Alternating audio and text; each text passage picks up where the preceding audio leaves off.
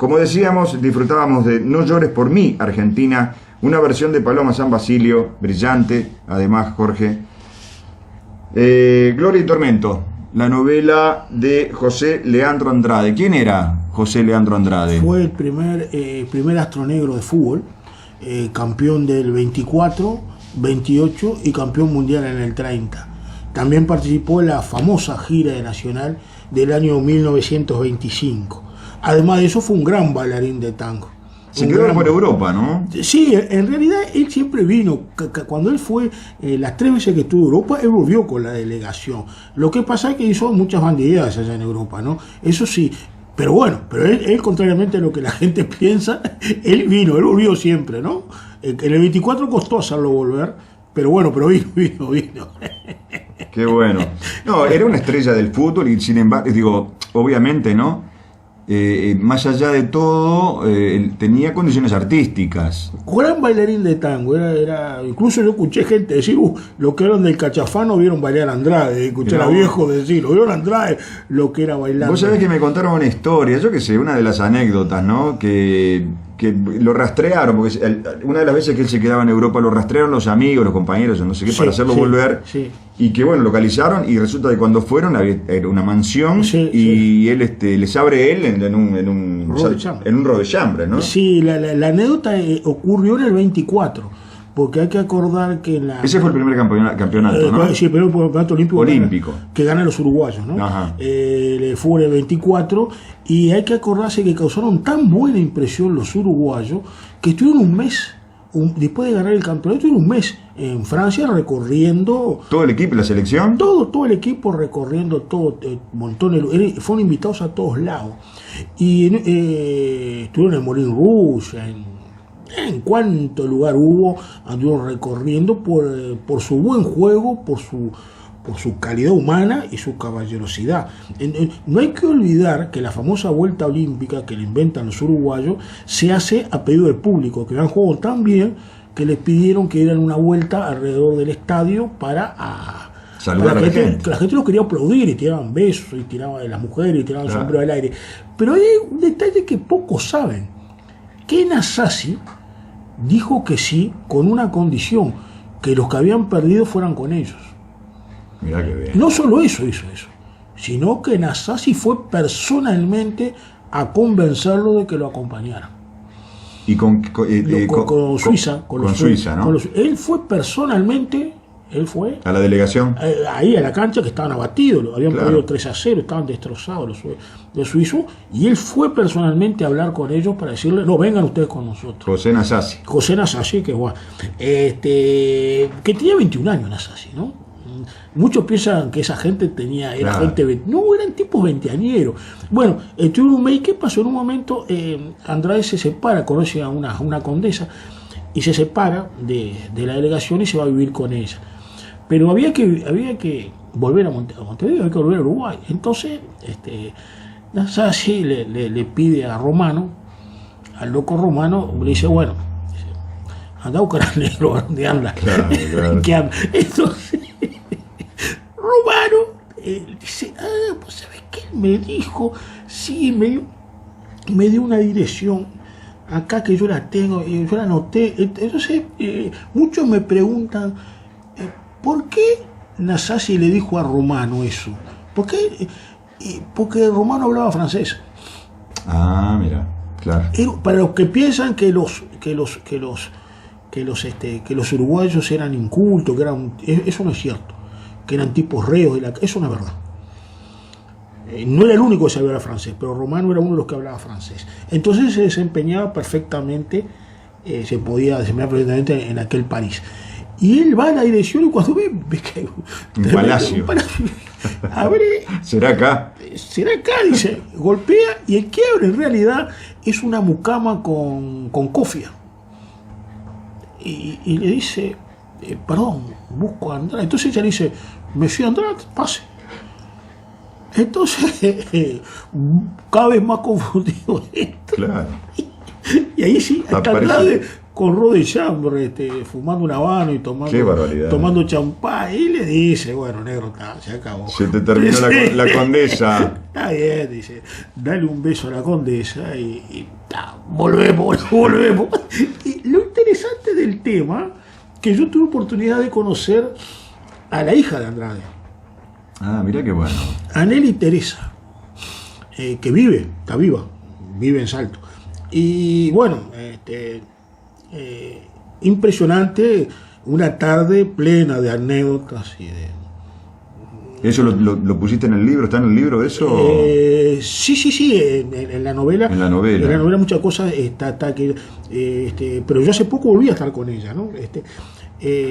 Uno puede estar horas hablando con ella porque... Y lo sorprendente del tema, que yo había escuchado a varios veteranos decir que la condesa había venido acá a buscarlo. Yo pensé que eso era mentira, pero ella me dice que sí, que es verdad, que lo vino a buscar, pero ella estaba casado. Ese es el problema con Andrade, ya estaba casado. Por eso es que dice verdad, pero ella, bueno, está. Cuando llega, no sé, vio que estaba casado y se fue, y se casó en el año 27 con Rosa Francolini y eso también es una cosa que motivó que fuera reticente a ir al 28, ¿no, verdad? Nelly nace en el año 31, ella nacía en el año 1931. Y gracias a las charlas con ella, las últimas charlas que tuve con ella, descubrimos que hay dos grandes errores con Andrade. Uno de ellos, Andrade no murió de sífilis. Eso no es cierto. Jamás, no solo que no murió de eso, nunca tuvo en su vida sífilis. No, él murió de un derrame cerebral. Nosotros encontramos la ficha médica de él y tengo una fotocopia en mi poder, que él muere de un derrame cerebral. Muy joven, pero muere de un derrame cerebral. Él tiene problemas de diabetes, tiene problemas con el alcohol, pero él muere de un derrame cerebral y no tiene en ningún momento sífilis, porque él muere en el Piñero del Campo, ¿no? Y él murió, digamos, en condiciones económicas muy precarias, ¿no? Sí, murió en condiciones económicas precarias, sí. Murió abandonado él, No es que haya muerto solo, él murió abandonado. Y el otro tema que hay, que también se lo ha bastante calumniado, es que él se le organiza en el 24, cuando él vuelve, el colectivo negro le organiza una cena en el parque, en el Hotel del Prado, a la que él no va, que hace un desprecio. Eso es una cosa que se le ha dicho durante años, muchos deben haber. Eso no es cierto. Eso no es cierto. Lo que pasó realmente es que él, en ese momento, él tenía un homenaje que le hacían a la madre de él, porque él es de Salto, y él tiene que acompañar a la madre al homenaje que le hacen en Salto, y él tuvo que ir. Y él avisó que él no podía ir, él avisó. Eso está en una carta que él envía en el año 28 al diario La Vanguardia, que era un diario del colectivo negro. Nosotros encontramos esa carta, pero nos enfrentamos a un problema. Dijimos, pongámosle que Andrade esté diciendo la verdad, que realmente pasó eso. ¿Cómo lo demostramos? Yendo a la prensa de Salto. Claro. No hay otra manera de demostrarlo. Fuimos a Salto, fue Jorge Heller fue a Salto, porque yo no podía viajar en ese momento, revisó los diarios de la época y está. Mirá. Y está la foto, él con la madre, el homenaje. Y lo más fascinante, ¿quién era lo que le hacían el homenaje a la madre? El colectivo negro de Salto. Por eso en esa foto, que la tenemos, la foto, yo la publiqué en Facebook, está Andrade con la madre y está con toda la gente, rodeado de gente negra, que era la gente de Salto que le hizo un homenaje por ser la madre del campeón olímpico. Y coincidía con la fecha del homenaje también que le hacían a él acá. Eran 3 días en barco para ir a Salto. Se puede ir en tren, pero él en barco eran 3 días y él fue en barco. ¿Remontando el Uruguay? Sí, había un barco, una compañía que te llevaba a Salto en barco en esos años, ¿no? Y él lo explica en la carta todo como es. Había recibido un día de embarque tal y era imposible estar. No le daba la fecha. O sea, yo siempre digo, no puedo haber despreciado a la gente negra de acá por la gente de Tocaso, la expresión por la gente negra de Salta. Claro, es absurdo, es absurdo, y está la foto, y eso me vino una enorme satisfacción, porque logramos terminar de una vez por todas con la leyenda esa que había sobre él, esa leyenda malsana, ¿no? De que él despreció a su propia gente y que había, y que había muerto de sífilis. Eso se puede, digamos, pensar como una discriminación racial, que haya surgido, por ejemplo. Lo de la cena, lo de la cena fue el propio colectivo el que dijo el desprecio. Eso no fue. ¿Y lo de la sífilis? Lo de la sífilis es un misterio. No sabemos quién dijo eso de la sífilis. Incluso hay una biografía de él, de Frankie Morales, Andrea Rey Negro de París, que dice de la sífilis, todo, dice que se enfermó, cosa que no es cierta.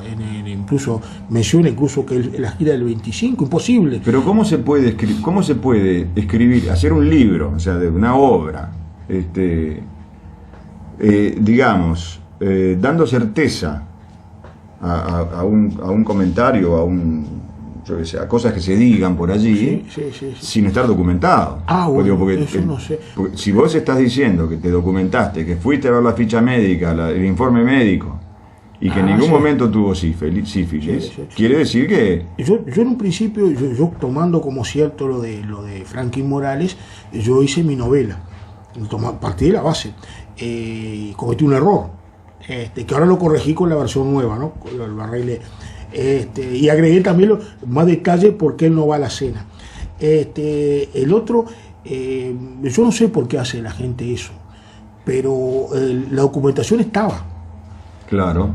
No es misteriosa. Era acceder a ella nada más. Es simplemente ir al Piñero del Campo. La primera pista me la dio la propia hija, que me dijo, no, yo nací en el 31.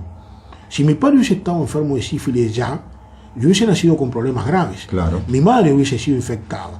No. Yo, tanto mi madre como yo, siempre fuimos perfectamente sanas.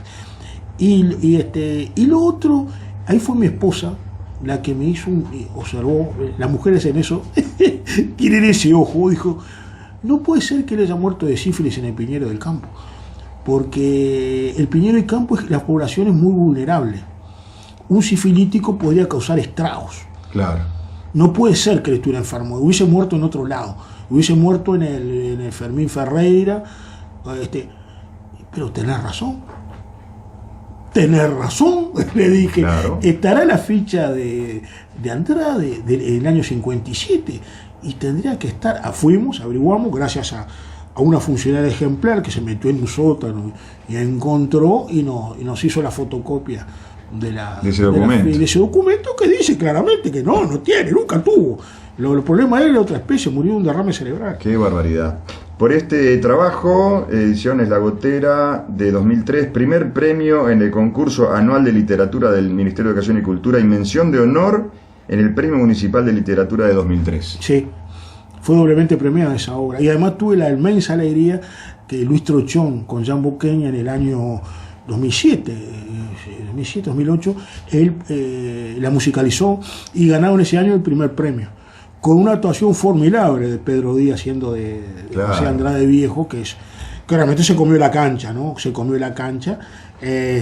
fue una buena... Y ahí yo le estoy muy agradecido, porque yo fui al ensayo. Y ahí cuando fui al ensayo, yo dije, estos van a ganar. Mirá. Pero no porque fue una obra mía. Dije, estos van a ganar porque es algo que nunca nadie hizo en carnaval hasta ahora, dijo. Acá Trochón metió 2 o 3 innovaciones que, dije... Sí, era un maestro, Sí, sería un tipo difícil, pero que era maestro. Eso no lo puede discutir nadie. Y ahí es como si se me hubiese caído una venda de los ojos. Dije, pero caramba, qué tarado que soy. Hay un puente entre la literatura y la música que yo no me había dado cuenta. Claro. Es un puente que yo tengo que empezar a recorrer. Yo tengo que empezar a ver cómo yo combino literatura y música. Y ese para mí fue un momento clave en mi vida. Viendo ese ensayo. Se abrió los ojos, ¿no? Sí, fue como... Para otra disciplina, para otra... Sí, pero es como si se me hubiese caído una venda. Uh-huh. Dije, pero increíble, estaba ante mis ojos y yo no lo veía. ¿Cómo yo no lo podía ver? Y no, es que no todo se ve claramente. No todo se ve. Más bien. Bueno, por ejemplo, Pacheco, La trama oculta del poder, una obra de 2005 con Gustavo Trujén. Sí, señor, sí, señor. Contanos ahí del Bocha. Bueno, eso ya no es novela, eso ya es realidad, esa es la parte mía de historia. A ver. No, todo eso surgió, sobre hacer ese libro, surgió, aunque parezca asombroso, cuando hicimos el libro del Pepe Elías, de lo que yo contaba en los documentos. El testimonio de Ulises Pereira Rodé y el de Peirano Facio, el de Volentini no, porque Volentini ya fue en plena dictadura, pero el de Pereira Reverdí y el de Peirano Facio se refiere expresamente al gobierno de Pacheco. Los orígenes de por qué hay que emplear mano dura, por qué el origen de la mano dura, de la política firme de mano dura, por qué la congelación de precios y salarios, ¿no? Ahí está muy explicado. Pero entonces por primera vez vimos que había que ver qué decía, había que examinar esa época, qué fue lo que había pasado exactamente. Que esas voces había que prestar atención, ¿no? Lo mismo que un reportaje que le hizo Guambia, en aquel momento en la revista Guambia, a Castiglione, el inspector Castiglione de policía, en que él hace una referencia a Dan Mitrione, que no tiene nada que ver con lo que se pensaba hasta el momento. Eso también despertó en el mundo académico, bueno, ¿para qué están diciendo esta gente? Mitrione, recordemos que Dan Mitrione, que fue secuestrado en el año 1970 por el MLN y fue ejecutado. Era un enviado de los Estados Unidos para adoctrinar a la policía en la tortura. Eso es lo que se decía, ¿no? Eso es lo que se decía. Pero ahí está, dice, pero ¿Mitrione era un experto en torturas? Esas fueron las preguntas que nos empezamos a hacer. ¿Cómo que era un experto en torturas? Entonces, ahí es que surge la idea de empezar a hacer un trabajo sobre Pacheco, analizando bien todos esos detalles. ¿Cómo surge el tema de la mano dura? ¿Por qué es que se implantan las medidas prontas de seguridad? A ver, ¿por qué una cosa y otra, Jorge? Bueno, el tema de las medidas prontas de seguridad, que se instalan por primera vez el 13 de junio de 1968. ¿Qué es lo que pasó ahí con Pacheco? Contrariamente a lo que se supone, no fueron producto de la fuerza, sino de la debilidad del gobierno en ese momento. Unos días antes, casi un mes antes, Wilson Ferreira Nati había hecho una fulminante interpelación a un ministro de Pacheco, a Guzmán Acosta y Lara, y ¿lo puso contra las cuerdas? Sí, lo hizo caer. Claro. Fue el principio de la huevizo, porque las pruebas eran contundentes. Al caer eso, Pacheco se ve forzado. En realidad no se vio forzado. Pacheco sabía que tenía la documentación de lo que había hecho Guzmán Acosta y Lara, pero no lo destituyó. ¿Por qué no lo destituyó? Porque él quería convertirse en el jefe del Partido Colorado, pero no quería empezar su jefatura degollando a nadie. Entonces dejó hacer. Por eso el Partido Colorado no lo defendió en el Parlamento a Guzmán Acosta y Lara. Ya sabían todo que el tipo lo dejó caer. Eso muestra la astucia ya de Pacheco. Era culpable, lo dejó caer. Al dejarlo caer, le permitió renovar todo su gabinete. El gabinete fue prácticamente renovado. Y ahí incorpora a Frick Davy como ministro de Ganadería y Agricultura, Peirano Facio como ministro de Industria y Comercio, cuyo subsecretario era Ramón Díaz, y coloca a Sarrato en transporte. Es un montón de personalidades que no estaban vinculados a la política mayoritariamente y que venían en general del mundo empresarial, ¿no, verdad? Y hace dos cambios que son llamativos.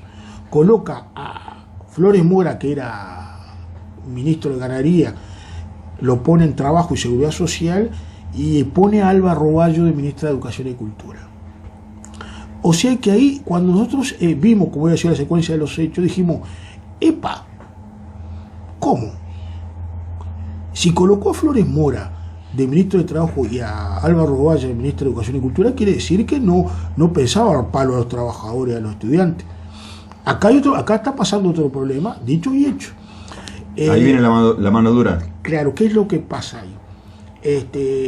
Flores Mora inicia el tema de la tripartita, una comisión que empresarios, Estado y trabajadores se reúnen y negocian. Esa tripartita logra montar un montón de acuerdos, pero había un problema mayor, que vencía en ese momento la refinanciación de la deuda externa. Los pagos tenían que ser refinanciados. Uruguay debía mucha plata a Washington y debía refinanciarlo. Washington no tenía la más mínima idea quién era Pacheco. Pacheco no había tenido una carrera muy que era apenas había sido un diputado. Es más, yo creo que fue como un bolillero, ¿no? Sí, cuando Gestido... Sí, fue más complejo que eso. Cuando hubo que armar... Pero quedó como última, lo pusieron casi al final como vicepresidente. Uno, si mira el excelente libro de Clara Aldregui y los documentos clasificados de Estados Unidos, del año de que abarca los años 60, en ningún momento aparece, salvo en una vez... No existe Pacheco. Salvo una recepción social... Sí, el diputado que está ahí, el diputado Pacheco, pero no es un hombre de consulta de los. Qué curioso, ¿y cómo aparece? ¿De dónde sale? ¿De la galera? No, porque era uno de los secretarios que tenía Gestido para moverse en el mundo de la política, él y Milton Fontaina. Eran sus ¿Una especie de asesor? O... Sí, que le solucionaba montones de temas, él y Fontaina, ¿no? Era un tipo extremadamente leal, al grado que pierde la elección del día por apoyar a Gestido. Porque Gestido era presidencialista, él era colegialista. En cambio, por apoyar a Gestido la reforma naranja, pierde la dirección del día, nada menos. Claro. Era un bastión, ¿no? La situación de ese es más, y hace algo más Pacheco, se niega a ser candidato al Senado. Cuando Gestido le dice, bueno, usted, el sacrificio por mí ha sido enorme, que usted me puede pedir lo que quiera, y él le dice, no, yo no le voy a pedir nada. Dice, usted me puede pedir el primer cargo al Senado. Claro. Y yo, no, dice él, porque si yo le pido el primer cargo al Senado, voy a impedir que usted haga acuerdos políticos que necesita para llegar a ser presidente. Y yo no voy a hacer obstáculo para eso. Usted me pone como diputado. Por eso él es candidato a vicepresidente, pero diputado. Cosa rara en la historia uruguaya, porque generalmente los candidatos a vicepresidente son también candidatos al Senado. Claro. No, él es candidato a diputado. Ese tipo de y cuando se queda cuando no puede llegar al acuerdo con Michelini y que ya se acercan, él, bueno, es usted, el vicepresidente, el candidato va a ser usted. Porque la primera fórmula era Gestido Michelini. Es lo que le hubiese gustado a Gestido. Gestido piensa en primer lugar en Jorge Valle, que Jorge Valle no quiere aceptar, unificar la Unión Colorado Vallista con la 15, que crea un poderosísimo corriente. Piensa en Luisi, que no quiere. Él piensa también en Iglesias, que hace la gestión Flores Mora, pero se entera Flores Mora que no puede ser porque Iglesias era nacido en España. Y al final, se decanta, tras el fracaso de las largas relaciones con Michelini, se decanta por Pacheco Areco. Por Pacheco, un mes antes de las elecciones. Pero Washington no sabía ni quién era Pacheco. ¿Quién es este hombre que gobierna el Uruguay? Claro, ¿quién es? ¿Tiene la fuerza suficiente para controlar la situación interna y pagar lo que debe? Uruguay venía también, hay que acordarse que Uruguay venía de de tener problemas para pagar la deuda. En el año 65 sale la misión refinanciadora que se le llamó del gobierno, que recorre varios países de Europa buscando fondos fuera del Fondo Monetario Internacional, buscando capitales, y eso no le gustó nada a Washington. Eso fue un fracaso, pero a Washington le cayó muy mal eso, que no pagará será este hombre para controlar el país, tiene la energía suficiente, es eficaz. ¿Y en qué momento el país empezó a endeudar? Porque teníamos moneda muy fuerte, éramos un país muy rico. Y empezó en los 50 cuando la crisis que se dio en el 55 empieza a haber constante déficit en la balanza comercial, y ahí ya en el gobierno blanco ya se firma la primera carta de intención, ¿no? La firma Assini, el ministro Assini. Pero Uruguay, el problema es que Uruguay en el segundo colegiado blanco quiso buscar otro tipo de capitales. por fuera del fondo, el fondo no le cayó bien eso. No le cayó nada bien. No le cayó nada bien. O sea que ya Uruguay venía con mala fama en esa época. Se le consideraba... ¿Mala fama en qué sentido? Que no cumplía con... Un deudor no confiable. Ah, mira. Con un presidente que no sabían quién era. No sabían qué talla tendría. Ahí Pacheco, ¿qué hacía? ¿Estaba en condiciones él de no pagar? No podía hacerlo. ¿Cómo demostraba él que tenía que era un hombre firme? Estuvo una disyuntiva, ¿no? Y ahí es que decreta las medidas prontas de seguridad que provocan la ruptura, provocan que Flores Mora renuncie, a pesar de los logros que había logrado, provoca que Álvaro Roballo renuncie. Claro. Pero Álvaro Roballo dice algo, dijo públicamente, que está documentado: nunca un presidente tuvo tanta necesidad patriótica para hacer lo que hizo, ¿no? ¿Y eso referido a qué? A la medida pronta de seguridad, porque ella entendía lo que pasaba. No era que él quisiera empezar una madura, era una demostración ante Washington que realmente era un presidente firme. Una demostración para afuera. Claro. Al poco tiempo salió la refinanciación. Claro, podía quedar. No se Pero usaba el impacto fue grande. El impacto fue grande, fue grande, sin duda, fue grande, porque no se usaba la palabra default. No, esa palabra no estaba de moda, pero se usaba como moratoria. Hubiese sido gravísimo para Uruguay. Además, hay que acordarse otro detalle más que me olvidé de mencionar. En el año 67, en los 100 días que fue ministro Vasconcellos de Economía, rompió con el fondo. Y durante 100 días Uruguay estuvo en la zozobra.